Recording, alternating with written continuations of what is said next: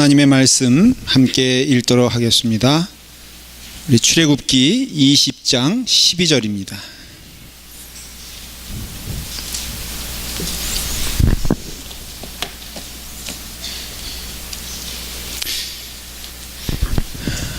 출애굽기 20장 12절입니다.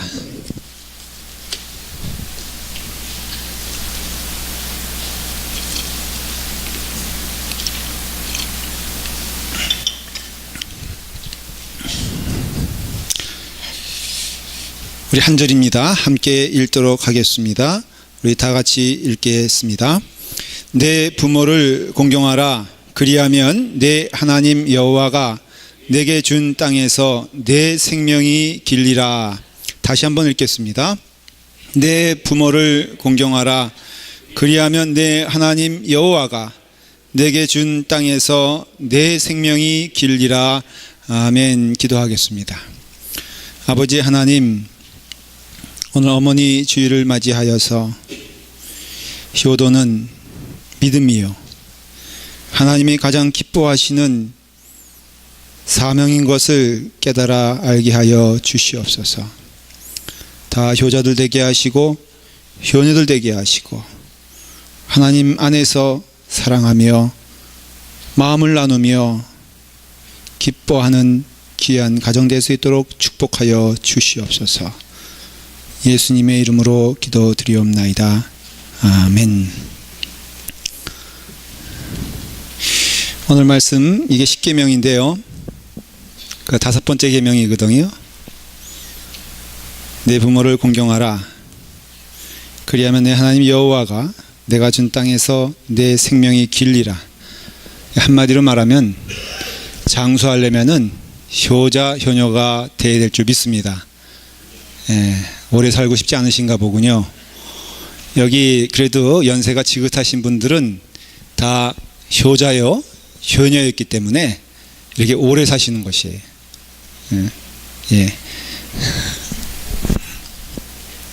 그 개화기 시절에 선교사님들이 여러 분 왔잖아요. 아펜셀러 선교사님도 오고, 그 다음에 언더우드 선교사님도 오고, 뭐 토마스 선교사님도 오시고, 그 여러분들이 오셨는데, 그 가운데 그 제임스 게일이라는 그 캐나다 선교사님이 계세요.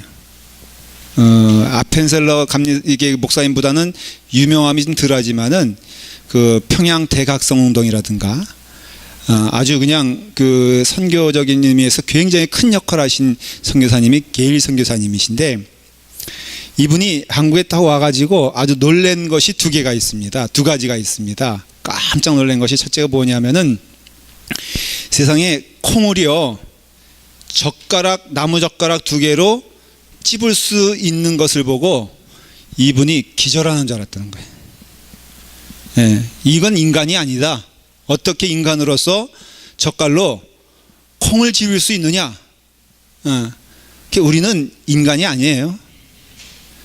우리는 아주 특별한 민족으로서 저는 그래서 과감하게 말씀드릴 수 있는 거는, 저는 그 정도도 아니고요, 저는 참깨도 젓갈로 집을 수가 있습니다. 이따 또 예배 끝나고 또 확인하자고 달려들지 마십시오. 솔직히 우리가 콩 정도는 이건 뭐 저기 초등학생이나 하는 거지, 사실은 이 급이 있다면은 우리 정도 수준 되면은 최소한 그 밥알 정도는 우리가 하나로 이렇게 들 수 있지 않습니까? 정말로 제 미국 친구들이요, 제가 젓가락질 하는 거 보면은, 너는 어떻게 공부할 땐 그렇게 별로 뛰어나지 않은데 그렇게 젓가락질 하는 거 보면 너무너무 놀랍다는 것을 얘기를 해요. 젓가락질 하는 한민족이 대단히 연구 대상이다. 실제로 게일 목사님이 감탄을 했어요.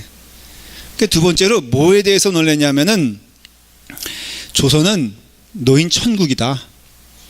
어쩌면 저렇게 어르신들을 잘 공경하는가. 하긴 부모님이 돌아가시면은 3년상이라고 하잖아요. 옛날에 3년 동안 아무것도 하지 아니하고 배옷 입고 무덤가에서 그 부모님 지키면서 그 사랑을 되뇌긴 걸 보면은 얼마나 그 조선이란 나라, 한국이란 나라가 그 부모님 공경에 있어서는 참 서양 사람들 보기에 대단했겠어요. 사실은 어떤 다른 아시아 민족보다도 이 한국이라는 나라가 축복받은 것이, 첫째는 예수 믿고 축복받은 것이 사실이고요. 두 번째는 그것이 뭐 하나님께서 가르쳐줘서 그런 것이 아니라 인간의 마음 가운데 있는 가장 거룩한 하나님의 덕목, 그것은 효도하는 거예요. 그래서 하나님께서 우리 한민족을 축복해 주셨다, 그렇게 믿는 분들도 있어요. 그만큼 조선은 노인 천국이다. 그래서 이 게일 목사님이 한 얘기가 유명한 게, 다시 태어나면은 조선에 태어나고 싶다 그랬어요. 여러분, 그 정도로 우리나라가 이와 같이 어른들을 잘 모시는 앞장서는 나라였는데, 이게 신앙적으로 생각을 해도 하나님께서 기뻐하시는 일이다라는 것이에요. 어느 정도로 기뻐하시냐? 십계명 가운데 사람과의 관계를 말해주는 십계명이 5계명부터거든요. 근데 그 5계명부터인데, 그 5계명의 첫 번째가 뭐예요? 내 부모를 공경하라 라는 거 아니겠어요? 그러니 신앙이 있다, 믿음이 있다, 내가 참 신앙이다라고 하면서 부모님에게 효도하지 아니하고 부모님을 막대하고 부모님의 마음을 아프게 하는 것은 하나님을 아프게 하고 하나님의 마음을 아프게 하는 거와 거의 방불한 똑같은 일이다라는 것을 성경이 얘기하고 있어요. 그럼으로써 우리가 오늘 이 시간 어머니주의를 지키는 것, 이건 대단히 중요한 의미가 있다라고 믿습니다. 그 어버이날이 어떻게 생겼느냐? 먼저는 미국에서 버지니아주에서 웹스터라는 교회가 있었어요. 이 교회에서 시작된 거예요. 교회에서 그 신앙생활 잘하던 자비스 부인이 사망을 했습니다. 그래서 사망을 했는데 너무너무 이분이 교인으로서, 어머니로서의 모습을 아주 은혜롭게 잘 보여줘가지고, 이분을 좀 추모해야 되겠다. 그래서 이분의 추모식 날에 이 날을 우리 교회에서 어머니 날로 정해서 하나님께 영광을 돌리자.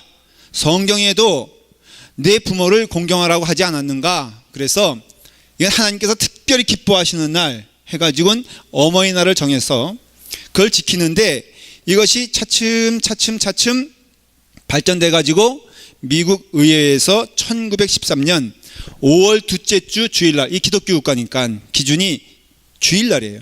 5월 둘째 주 주일날을 어머니 주일로 지키자, 이렇게 결정을 의회에서 했어요. 그래서 미국의 전체가 다 5월 둘째 주 되면은 어머니 날이에요. 그렇게 이 날이 결정이 되니까 제일 섭섭해하는 그룹이 누구겠습니까? 아버지죠. 응?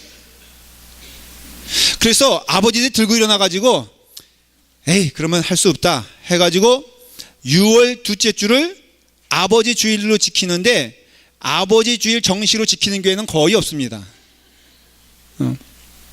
레스토랑도 오늘은 아마도 정말 미어 터질 거예요. 오늘 부모님으로서 밥 한 끼 얻어 못 드신다면은 많이 슬퍼해야 될 줄 믿습니다. 그만큼 꽉 찼어요. 저기에서 넌저시 설교 준비하는 그 시간, 어저께 우리 아들에게 내일이 무슨 날인 줄 아냐? 그랬더니 내일 주일이지 하면서 쌩 하고 가는 거예요. 그래서 참 마음이 걱정스럽고 심란한 가운데 말씀을 전합니다. 그러니 이 어머니 주일은 참 의미가 있는데 아버지 주일은 별로 이렇게 참 그래요. 근데 한국에서도요, 똑같은 일들이 벌어졌어요. 그래서 1955년도에 아마 5월 8일 이 미국의 이 제도를 좀 받겠죠. 이승만 대통령이 대통령 시절이니까 유학도 오고 그러니까 미국 문화를 아니까 5월 8일을 마더스데이라고 하자. 어머니 날로 하자. 그래서 그 대통령 영예에서 확정 공포해 버렸습니다. 그래서 5월 8일은 어머니 날이에요. 그랬더니 또 한국에서 들고 일어났습니다. 누가 들고 일어났겠습니까? 아버지들이 들고 일어났어요. 그래서 따로 아버지 날을 만들어주지 못할 바에는 어머니 날이라고 하는 걸 용납할 수가 없다. 그래서 이름을 바꿨습니다. 무엇으로 바꿨습니까? 어버이 주일로 바뀐 거예요. 어버이 날로 바뀐 거예요. 그래서 한국에는 그날이 되면은 카네이션, 그 부모님이 다 살아계시면 빨간 걸 주나요? 그리고 한 분 계시면은 하나 주고, 뭐 이렇게 해서, 여러분들 오늘 못 따랐다고 너무 섭섭하게 생각하지 마십시오. 이따가 이제 적당한 시간에 서프라이즈로 여러분들에게 다 달아드릴 테니까 너무 앞서서 섭섭하지 않기를 간절히 축원합니다. 다만 따지고 보면 여기 전부 다 아버지 엄마이기 때문에 다 드릴 수는 없고 아마 연령을 정할 겁니다. 80 이상만, 요즘은 80 이하는 청춘이니까 80 이상만 아마 받을 거로 제가 생각을 해요. 저도 따지고 보면 부모요, 아버지인데 뭐 그렇습니다.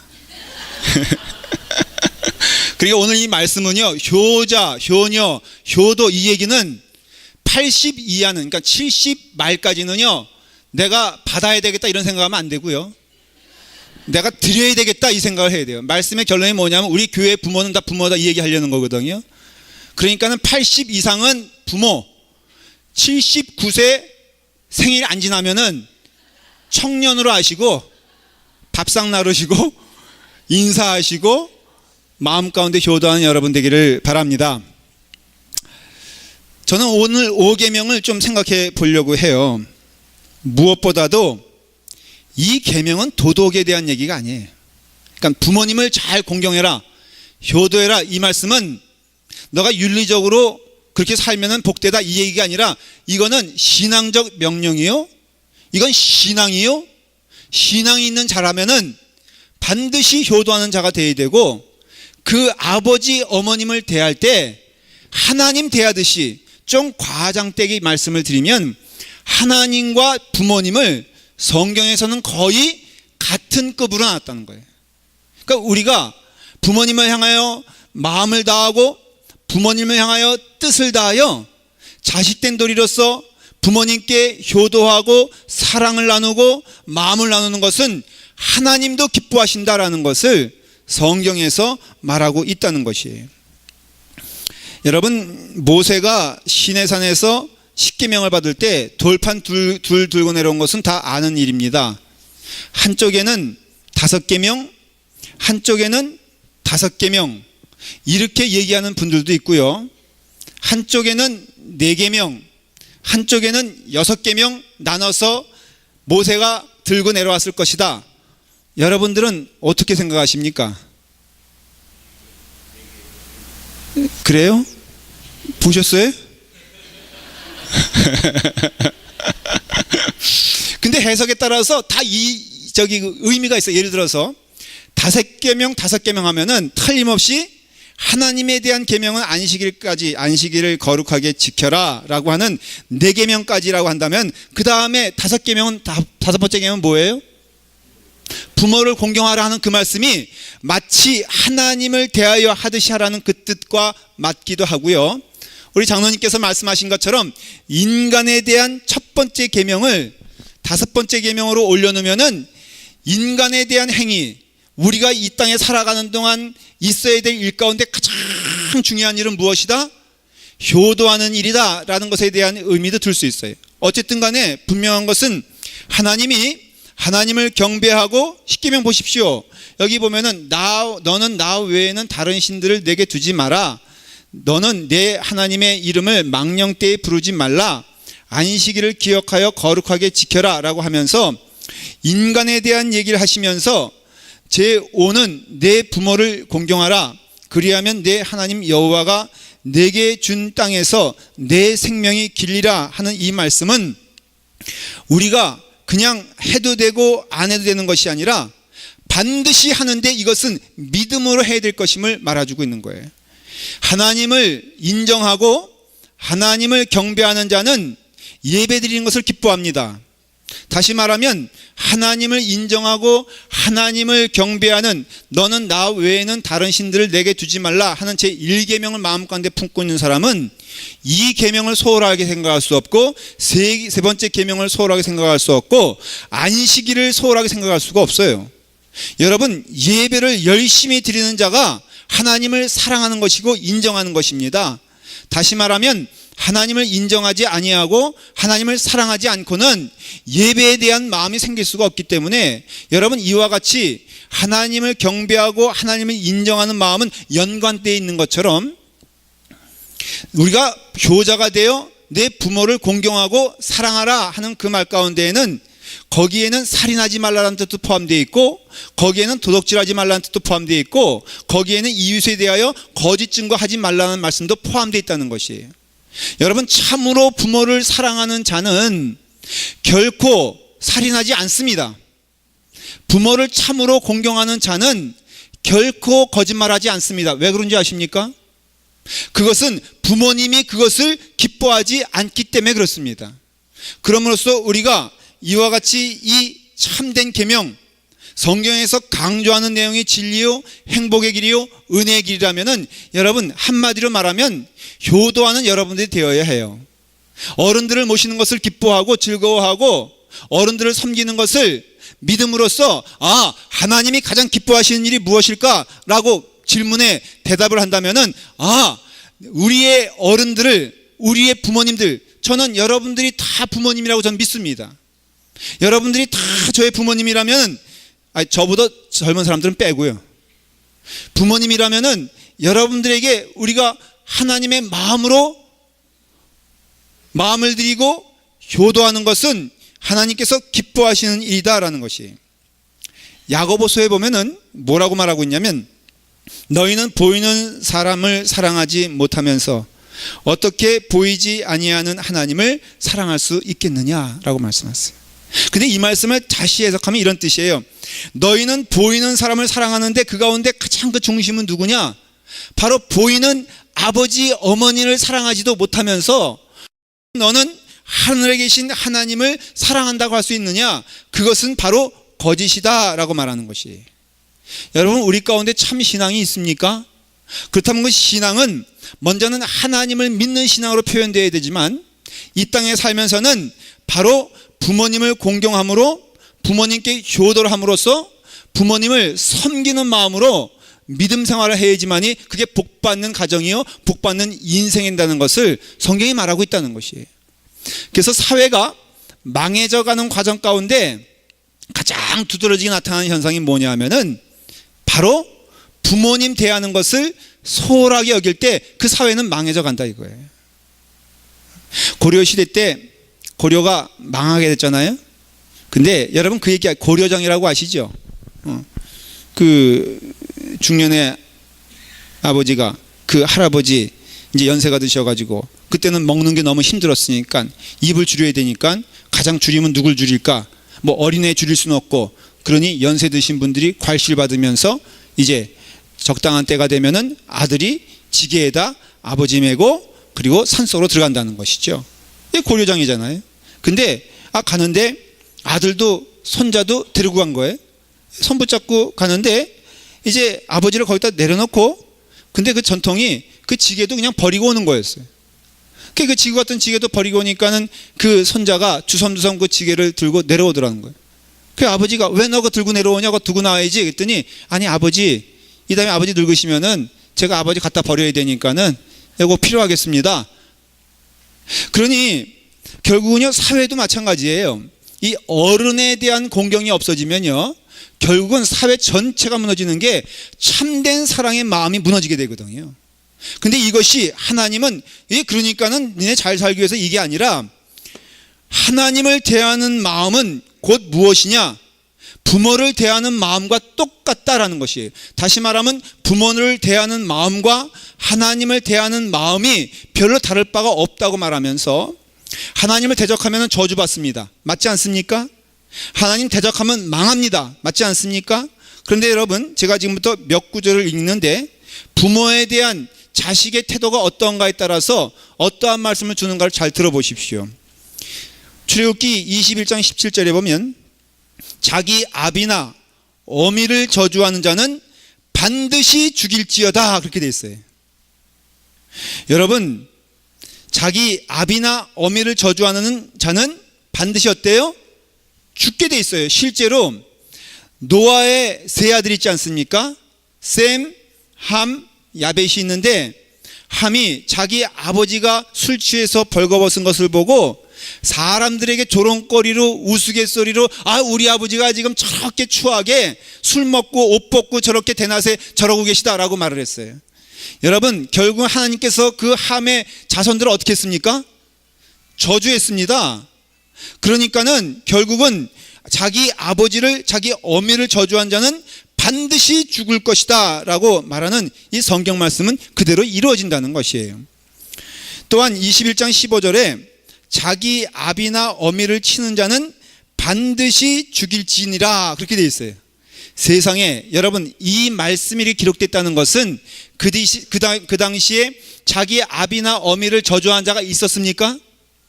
자기 아비나 어미를 조롱하는 자, 또 치는 자가 있었겠습니까? 네, 있었기 때문에 이 말씀이 나온 거예요. 신명기 27장 16절에는 그 부모를 경렬히 여기는 자는 저주를 받을 것이니라. 자, 제가 물어보겠습니다. 저주는 누가 줍니까?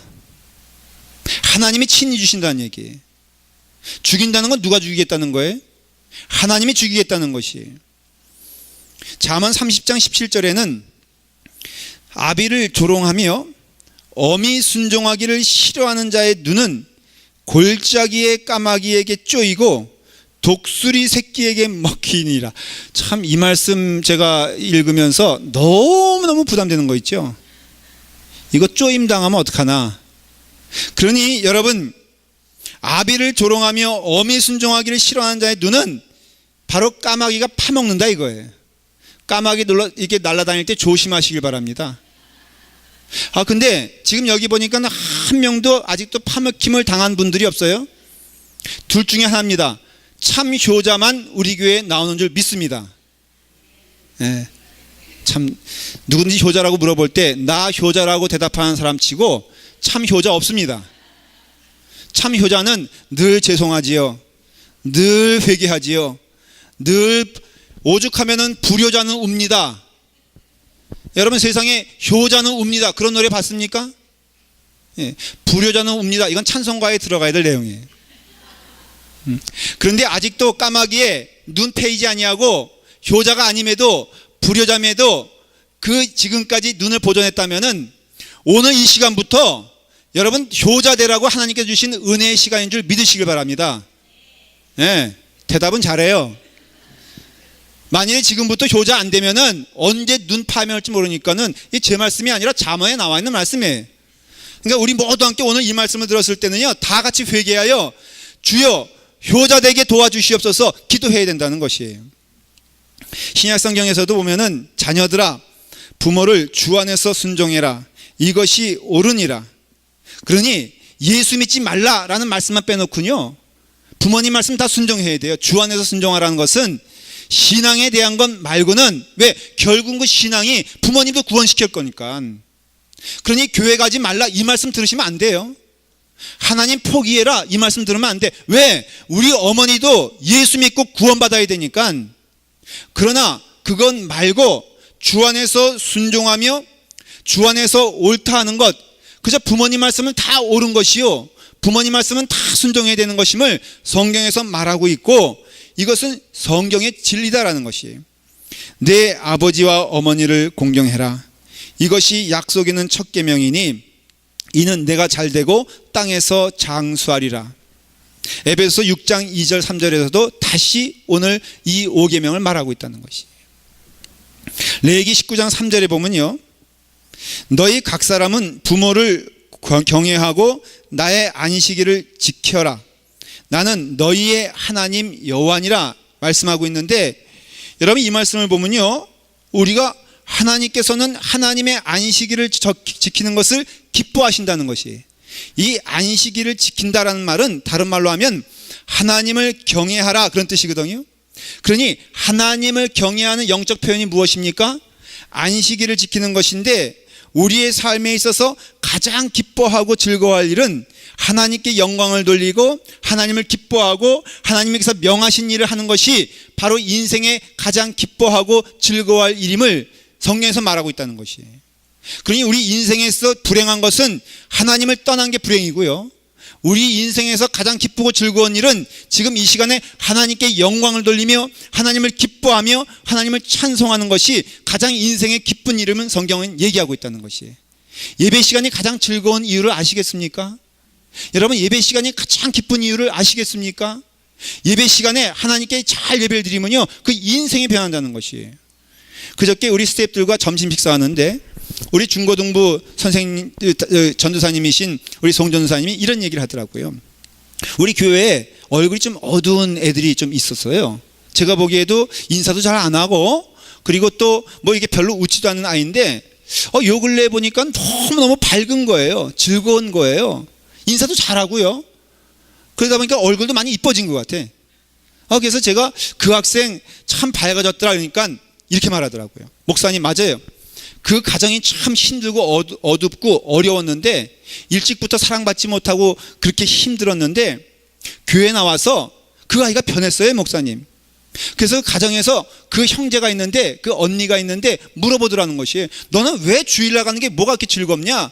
찬송 부르고 너무너무 자기는 주일날 오는 게 즐겁다는 것이. 그래서 조만간 그 언니도 교회에 나올 것이다 라는 정보를 저한테 줬어요. 여러분, 이와 같이 하나님께 영광 돌리는 게 기쁘고 즐거운 일인데, 그런데 여러분, 부모를 어떻게 하라겠습니까? 경외하라. 이 경외란 이 단어는요, 오직 하나님께만 쓰이는 단어임을 알 수 있어요. 여러분, 이날 사극에 보면은 왕께 경외드리옵나이다 라고 얘기하죠. 그렇죠? 그 왕이 왠지 아세요? 신이거든. 왕은 신적 존재이기 때문에 이 경외드린다, 경화드린다, 경배한다, 이 단어는 오직 하나님 신적인 존재에게만 드리는 단어인데, 놀라운 것은 하나님께서는 너 안식일을 기억하여 나를 경외하고 경배해라 라고 하면서 동일하게 부모님을 뭐라고 그랬습니까? 경외하라고 한 것은 바로 명령인데, 하나님 대하듯이 이 자녀가 부모님을 대하듯이 하라는 것이에요. 그래서 유대인들은요, 랍비가 아이들 교육하다가 이렇게 묻습니다. 자녀가 부모에게 공경할 일은 무엇인가? 라고 물으면은 이 아이들은 지체 없이 배운 대로 대답을 합니다. 뭐라고 대답하냐면, 부모님의 뜻을 거스르거나 부모님의 자리에 앉지 않는 것이요, 부모님의 허물을 들추어내지 않고 살아계실 때에 물론이요, 돌아가셨을 때에도 부모님의 존함을 함부로 부르지 않고 물질적으로 성심껏 보필하여 드리는 것입니다. 이걸 외웠어요. 그래서 늘 부모님께 해야 될 일은 무엇이지? 라고 물어보면 부모님의 뜻을 거스르는 것 아니요, 부모님의 뜻에 순종하는 것이요, 살아계실 때든지 돌아가셨을 때든지 부모님의 존함을 함부로 부르지 않고 기억하고 경배하는 것입니다 라는 것이에요. 여러분, 우리나라에도 그 제사 드리는 거 있지 않습니까? 뭐 사진 놓고 하는 거. 근데 그것이 물론 우리가 영적 세계에서 귀신은 존재하지 않아요. 인정하지 않습니다. 그렇지만은 그것이 부모 사랑이요, 부모 존경이요, 부모 이게 회상이라는 면에 있어서는, 그래서 기독교 내에서도 개신교도 그렇고 카톨릭도 그렇고 많이 지금 논쟁되고 얘기되어지는 것이, 참 경배, 참 부모님께 그 마음을 드리는 것은 옳은 것이냐 안 옳은 것이냐. 성경적으로 보면요, 돌아가신 부모님을 묵상하면서 그 부모님이 나를 위해서 기도했던 것을 기억하고 그 부모님과 함께 영적 대화를 나누는 것은 잘못된 것이 아니다라는 것을 알 수가 있어요. 그럼으로써 우리가 이 마지막 때가 되었을 때 허물어지는 것은 부모와의 관계고, 이 마지막 때에 지켜야 될 것은 무엇이냐면은 바로 부모님과의 애정과 그 사랑 가운데 우리 자식된 도리로선 부모님을 사랑하고 부모님을 공경하고 부모님을 섬기는 것은 하나님의 뜻임을 성경은 말하고 있어요. 이 땅에 있으면서 공경의 대상은 두 가지입니다. 하나는 하나님이요, 이 땅에 살면서 그 하나는 바로 부모에 대한, 그래서 부모님을 공경하고 부모님을 사랑하는 것은요, 여러분, 인간 사이에 보면은 여러 사랑의 모습이 있어요. 남녀 간의 사랑을 에로스라고 그러고요, 그리고 친구 간의 사랑을 필로스라고 그러고, 그 다음에 하나님과 우리 간의 사랑을 아가페라고 합니다. 아가페 사랑의 특징은 무엇이냐면은 일방적으로 주는 사랑이요, 나누는 사랑이요, 받지 않아도, 받은 것 없어도 일방적으로 주는 사랑을 아가페적인 사랑이라고 말을 합니다. 이 땅에 살면서 그 하나님의 사랑을 우리가 몸으로 느껴야 되는데, 이 땅에 살면서 우리가 그 하나님의 사랑을 몸으로 봐야 되는데, 하나님께서는 정해진 법칙에 의해서 그 인간으로서 그 하나님의 사랑을 가장 느낄 수 있는 대상은 누구냐? 바로 부모님인 것을 알 수 있어요. 여러분, 우리가 고백하건대 우리 부모님이 늙으신 것이, 부모님이 허리가 굽어지는 것이 사실은 나를 키우기 위함이 아니에요. 우리가 정말로 신앙의 눈으로, 아니 그 부모님을 객관적인 눈으로 바라보면은 그분이 그렇게 된 것은요, 다 누구 때문이다? 나 때문이에요. 하나님이 십자가에 달려 돌아가신 것도 누구 때문입니까? 나 때문인 것입니다. 그 하나님께서 피 한 방울 땅 한 방울 남김없이 다 쏟으시고 죽기까지 순종하신 것은 바로 우리를 사랑하심인데, 그 사랑의 모습이 누굴 통해서 나타나냐면은 우리 부모님을 통해서 나타난다는 것이에요. 이 부모님의 사랑을 생각하고 깨닫게 되면요, 우리는 하나님의 사랑을 고백하지 않을 수가 없다는 것이에요. 저희 아버님이 86세에 돌아가셨어요. 근데 그 80대 초반에 좀 치매 기운이 생기시기 시작했어요. 그래서 치매 기운이 생기셔가지고 어떤 당황스러운 일이 생기냐면요, 이 생리현상을 조절을 못 하시는 거예요. 그래서 한 번은 저희 형님네 교회, 그 위셔 교회에 갔을 때 저희 아버님이 그 형님네 교회에 갔다가 너무 좋으셨는데 그만 실례를 했어요. 당황스럽지 않아요? 그래서 제가 화장실에 모시고 가서 이제 그 바지를 닦고 옷을 다 벗겨서 그 오물을 다 씻어내고 있는데, 그래서 저희 형님은 그 사이에 형님 방에 가지고 바지 하나 있는 거 이제 가지고 내려오는데, 저희 아버님이 이 변기에 탁 앉아 계신데요, 저는 그렇게 허리가 굽으신 걸 처음 봤어. 그리고 너무너무 부끄러운 거야. 정신을 차리고 보니까는 이게 우리 아버님이 얼마나 잘생기신지 몰라요. 키가 훤칠하고, 젊었을 때는요 신성일 버금가는 미모를 자랑해가지고 정말 저희 어머님이 목회가 힘든 게 아니라 그 여자 집사님들 관리하느라고 너무너무 힘들었다 그래요. 그러니까 저를 보시면 안 돼. 저는 어머니 쪽이고 아버지 쪽을 닮은 분은 한 분도 없어, 안타깝게도. 근데 저희 아버님이 그런 분이었는데 키도 크시고 멋있고 아주 정말로 이렇게 폼이 나시는 분이었는데 앉아 계신 모습 보니까 쭈그러들었어. 왜 그랬을까? 가만히 한 10초인가 20초 동안에 제가 영화 필름처럼 저를 향하여 돌아가는 영화가 보이기 시작했어요. 제가 초등학교 때 입학했을 때 학교 간다고 손 붙잡고 가던, 제가 꾀병 부리고 학교 가지 않겠다 그랬을 때 사랑하는 말로 도민아 내가 학교까지 함께 가주마 라고 하면서 손 붙잡고 가던 모습. 어느 때까지냐? 제가 결혼하여 미국에 유학 왔을 때도 혹시라도 밥을 굶을까, 혹시라도 학자금 내지 못할까, 혹시라도 어렵지 않을까, 때 되면은 등록금 보내주시고, 때 되면은 편지하시고, 때 되면은 사랑. 그래서 제가 학교를 마치고 졸업할 때 그 가운을, 박사 가운을 딱 입고요, 그 모자를 쓰고 딱 있는데 저희 아버님께 얘기를 했어요. 아버님, 이것은 아버님 겁니다 라고 하면서 아버님께 그 가운을 탁 입혀드리고 하잖아요. 모자를 탁 입혀드리니까요, 그 얼굴에 그 기쁨이 너무 넘쳐나는 것을 봤어요. 그 아버지가 나를 키우시기 위해서 내가 아버지의 등골을 빼먹고 살았던 거예요. 거기 부끄럽게 모습으로, 거기 초라한 모습으로 앉아 계신 그 아버지가 바로 나였어요. 내가 그 아버지의 모든 것을, 어머니의 그 모든 것을 내가 빼먹고 살았던 것이. 여러분, 이제 때가 돼서 효도하려고 하니까요 아버님 돌아가셨어요. 그래서 마음 가운데 제가 여기 계신 우리의 부모님들을 저의 부모님이라고 믿고 좀 되도록이면 섬기려고 합니다. 할 수 있거든 좀 업어드리고 싶어요. 너무 많이 오진 마세요. 제가 두 분만 업어드릴게요.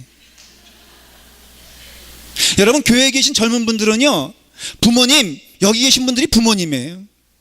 교회가 은혜로우면요, 여러분, 우리의 부모님들을 잘 섬기는 교회가 복받는 교회가 될 줄 믿습니다. 가정에서도 그런 것처럼 교회 안에서도 어른이시다, 아이 쓸모없다, 이게 아니라 우리 어른들은 부지런히 자녀들 위해서 기도하는 우리 어른들에게 축원하고요, 우리 젊은 사람들은 열심히 부모님들을 섬기며 아름다운 교회로 소문나게 되었을 때 뭐가 아름답겠어요? 그래서 우리가 이와 같이 부모님의 사랑이 늘 우리에게 충만한 것이에요. 그 품이 늘 하나님의 품인 것이에요. 여러분, 실제적으로 우리가 그 식사를 하는데 제가 물어볼게요. 여러분, 여기서 제일 유명한 식당이 어디예요? 어디라고 말하지 않겠어요? 장수장이라고. 장수장에서 식사하는 게 맛있습니까? 집에서 된장찌개 하나 끓여 먹고 마음 나누는 게 이게 맛있습니까? 예? 된장찌개 끓여 먹는 게 더 아름답고 더 마음이 좋아요. 근데 애들은 어떻게 해요? 맨날 가서 짜장면 먹으러 가잖아요. 근데 여러분 그거 먹어보십시오. 결국은요, 직장인들이 제일 고통스러운 게 뭐냐? 집밥 같은 것을 먹어봤으면 좋겠대요. 왠지 아세요? 거기에 엔돌핀이 나오는 거예요. 거기에 주의 사랑이 나오는 것이고, 거기에 부모님의 사랑이 넘치기 때문에 그 식사가 아름다운 거예요. 여러분 호텔이 좋다 하여도 리스카튼 같은 경우는 300불 400불이에요. 근데 거기서 여러분 일주일 묵어보십시오. 당장 어디가 그려진지 아십니까? 집이 그리워지고 그 집에서 편안히 자는 것이 그리워지는 것은 왜 그런 줄 아십니까? 마찬가지로 그 사랑이 하나님의 사랑과 유사하기 때문에 그렇다는 것이에요. 그렇기 때문에 하나님의 사랑은 어떠한 사랑인가? 바로 어머니의 사랑 같은 사랑인 것을 저희는 믿습니다. 여러분, 믿는 자들은요, 효도해야 돼요. 믿는 자들은 부모님을 섬겨야 돼요. 믿는 자들은 주의 은혜 가운데, 그 주신 사랑 가운데 가장 먼저 부모님께, 그래서 여러분 물질 드리고 마음 드리고 우리의 모든 것을 드려 우리 부모님께 효도하는 것이 정말로 귀한 일이에요. 때를 놓치면 안 돼요. 저희 어머님이 이제는 전화를 받지 못하세요. 제 마음 가운데 좀 무거운 것은 살아계시지만은 전화를 받지 못하시기에 전화를 드릴 수가 없어요. 목소리를 드릴 수가 없어요. 후회되는 게 뭔지 아십니까? 더 많이 할 걸, 더 자주 할 걸, 더 정말 마음을 드릴 것. 여러분, 우리가 그런 시대에 살고 있다면은 하나님의 축복받는 길은 부모님께 효도하는 길이요, 부모님을 섬기는 길이요, 부모님의 사랑을 우리는 고백하는 길일 줄 믿습니다. 제가 시 하나 읽을게요. 제목이 뭐냐면, 엄마는 그래도 되는 줄 알았습니다. 제가 우리의 마음을, 어머니의 마음을 여러분들에게 전하려고 합니다. 한여름 떼약볕을 머리에 인 채 호미지고 온종일 밭을 매도 되는 줄 알았습니다. 엄마는 그래도 되는 줄 알았습니다. 그 고된 일 끝에 찬밥 한 덩어리로 부뚜막에 걸터 앉아 끼니를 때워도 되는 줄 알았습니다. 엄마는 그래도 되는 줄 알았습니다. 한겨울 꽁꽁 언 냇물에 맨손으로 빨래를 해도, 그래서 동상 가실 날이 없어도 되는 줄 알았습니다. 난 괜찮다, 배부르다, 너희들이나 많이 먹어라, 더운 밥 만난 찬 그렇게 자식들 다 먹이고 숭늉으로 허기를 달래도 되는 줄 알았습니다. 엄마는 그래도 되는 줄 알았습니다. 발 뒤꿈치가 죄해져 이불이 소리를 내도 손톱이 깎을 수조차 없게 닳게 문드러져도 되는 줄 알았습니다. 엄마는 그래도 되는 줄 알았습니다. 술 좋아하는 아버지가 허구한 날 추정을 하고 철부지 자식들이 속을 썩여도 되는 줄 알았습니다. 엄마는 그래도 되는 줄 알았습니다. 외할머니 보고 싶다, 보고 싶다, 그것이 그냥 넋두리인 줄만 알았습니다. 어느 날 아무도 없는 집에서 외할머니 사진을 손에 들고 소리 죽여 우는 엄마를 보고도 그 눈물의 의미를 이 속없는 딸은 몰랐습니다. 내가 엄마가 되고 엄마가 낡은 액자 속 사진으로만 우리 곁에 남았을 때 비로소 엄마는 그러면 안 되는 줄을 알았습니다. 엄마는 그러면 안 되는 것이었습니다. 하나님의 사랑이 깃든 이 어머니의 사랑을 기억하면서 우리가 하나님 사랑하는 마음으로 우리 어머니, 우리 아버지 사랑하며 복된 인생 되기를 간절히 축원합니다. 기도하겠습니다. 아버지 하나님, 오늘 이 시간 우리 어머니 주의를 기억하면서 효자 되기를 원합니다. 우리의 영적인 부모님들 많이 계신데 우리 함께 사랑하며 함께 마음을 나누는 오늘 이 시간 되게 하시고, 오늘 이 날이 한 날이 아니라 우리의 나머지 모든 시간이 부모님 사랑하며 하나님께 영광 돌리는 삶을 살 수 있도록 인도하여 주시옵소서. 예수님의